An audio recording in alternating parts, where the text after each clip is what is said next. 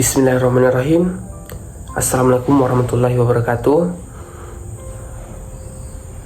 Alhamdulillahirrabbilalamin. Assalatu wassalamu ala asyrafil anbiya'i wal mursalin wa ala alihi wa ashabihi wa man tabi'ahu bi ihsani ila yaumiddin. Amma ba'd. Pertama-tama marilah kita mengucapkan puja dan puji syukur atas kehadirat Allah Subhanahu wa taala, atas kenikmatan yang telah dilimpahkan kepada kita semua.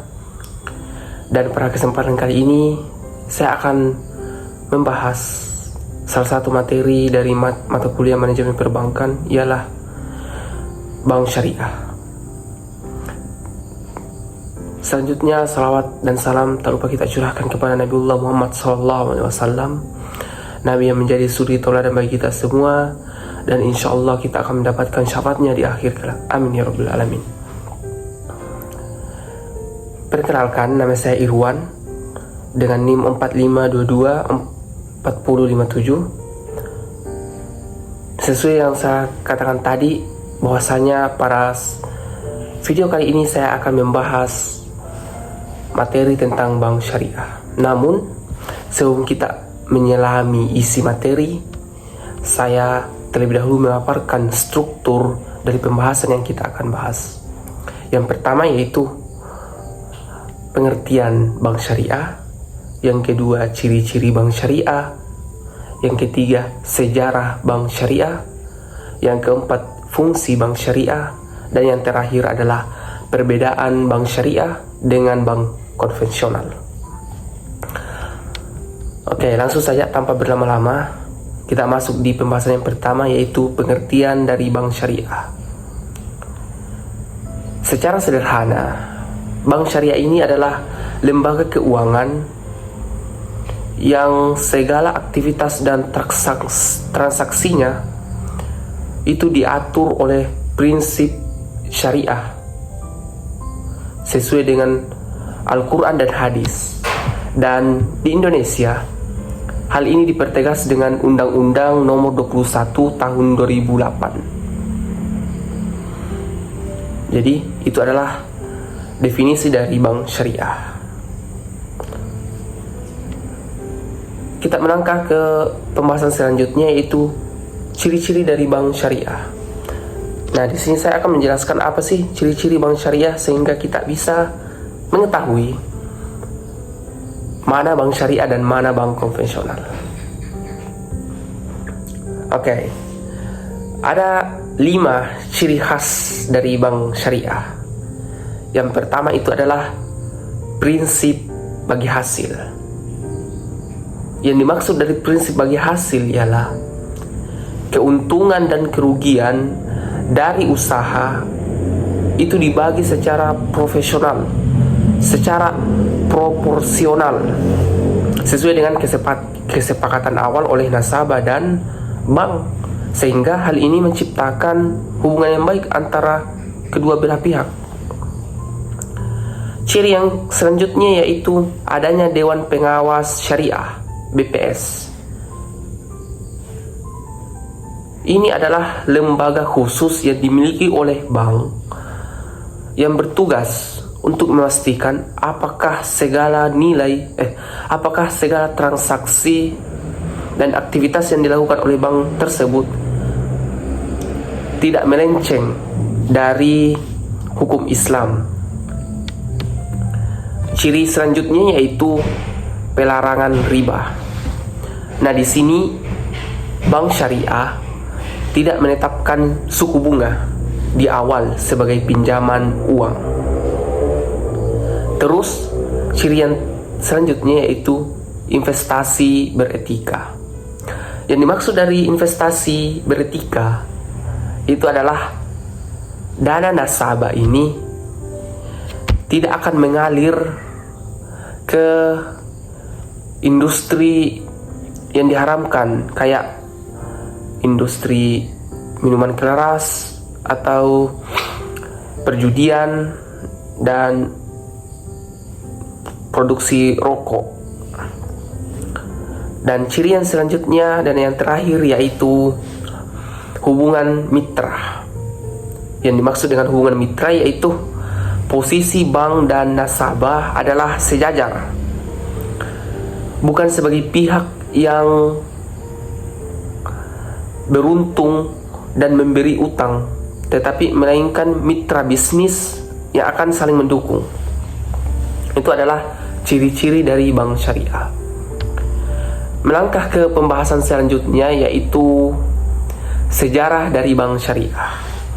Nah, secara sejarah, embrio pertama bank syariah ini lahir di Mesir melalui Midgram Bank pada tahun 1963. Nah, ini adalah eksperimen bank simpanan desa pertama yang ada di dunia yang bisa beroperasi tanpa harus ada namanya bunga.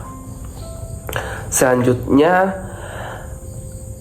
gerakan seperti ini makin solid dengan berdirinya Islamic Development Bank pada tahun 1975, yaitu sebuah lembaga keuangan yang fungsinya multilateral.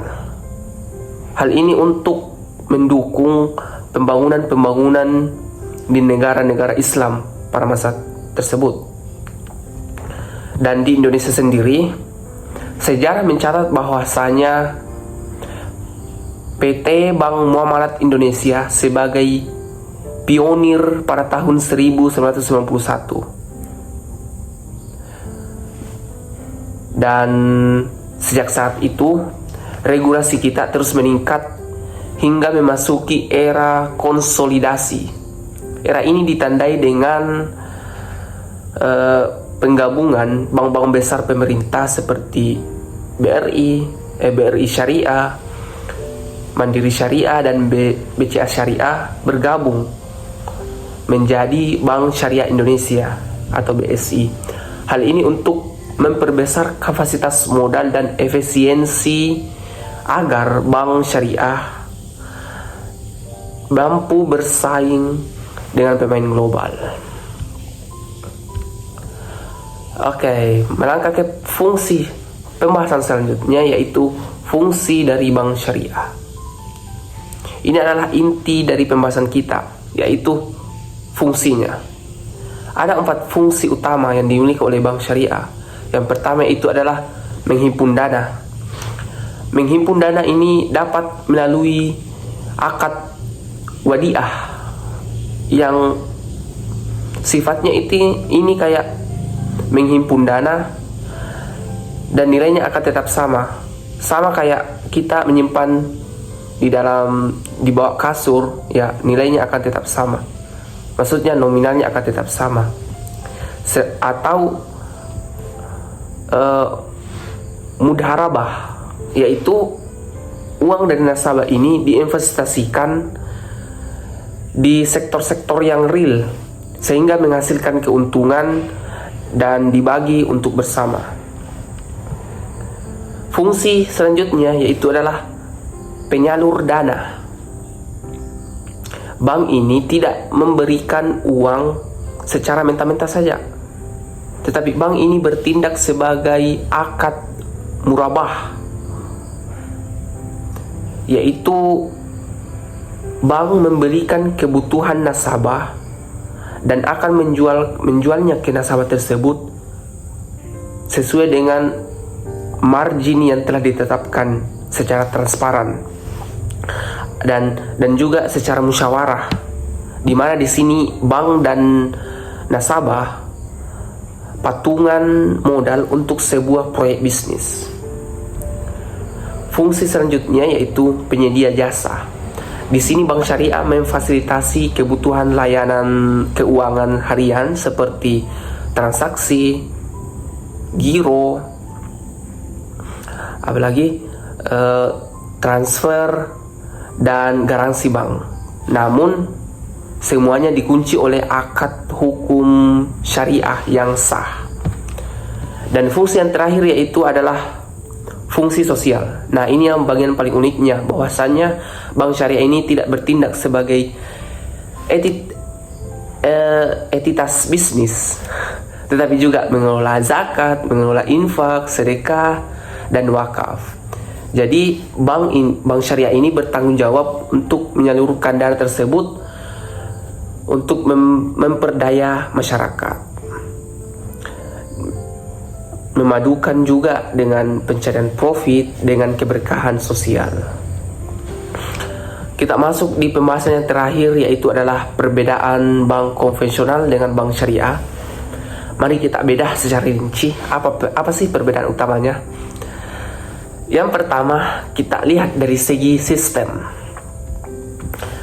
Di bank konvensional, mungkin kita sudah tahu bahwasanya bank konvensional ini menetapkan sistem bunga tetap yang akan dibebankan kepada nasabah tanpa melihat nasabah tersebut untung atau rugi dari sebuah bisnisnya. Berbeda dengan bank syariah. Di sini dia menggunakan sistem bagi hasil yang sifatnya itu fluktuatif, mengikuti kinerja dari bisnis tersebut. Terus dilihat dari segi tujuan. Nah, di sini bank konvensional ini murni mengejar yang namanya profitabilitas, sedangkan bank syariah ini mengejar profit tetapi sekaligus mengejar keberkahan. Terus berbicara tentang risiko. Nah, di bank konvensional, risiko gagal bayar sepenuhnya berada di pundak nasabah. Akan tetapi di bank syariah, risiko ini dipikul bersama-sama oleh bank dan oleh nasabah. Dan tentunya juga sesuai dengan kesepakatan antara kedua belah pihak. Terus yang terakhir, dari segi halal atau haram. Nah, di sini bank konvensional membebaskan perdanaan ke sektor apa saja. Yang penting aktivitas tersebut legal secara hukum di negara Indonesia. Tetapi berbeda dengan bank syariah, bank syariah ini menfilter secara ketat dan mewajibkan untuk memenuhi syariat Islam. Nah, sebagai kesimpulan, bank syariah ini menawarkan solusi keuangan yang lebih adil, lebih transparan, dan tentunya lebih beretika. Ini juga bukan sekedar alternatif bagi umat muslim, tetapi juga sistem universal yang mengedepankan keadilan, bagi kita semua. Dan pada akhirnya, melalui sistem yang baik inilah, kita tidak hanya bertindak untuk mengolah angka-angka saja, tetapi juga kita mengukir kerja nyata lewat ekonomi masyarakat yang lebih kuat. Dan mungkin inilah yang bisa saya sampaikan. Kurang lebihnya mohon dimaafkan apabila ada kesalahan. Itu asalnya dari diri saya pribadi. Saya tutup video ini dengan membaca doa kafatul majelis. Subhanakallahumma bihamdik, asyhadu an la ilaha illa anta, astaghfiruka wa atubu ilaik. Assalamualaikum warahmatullahi wabarakatuh.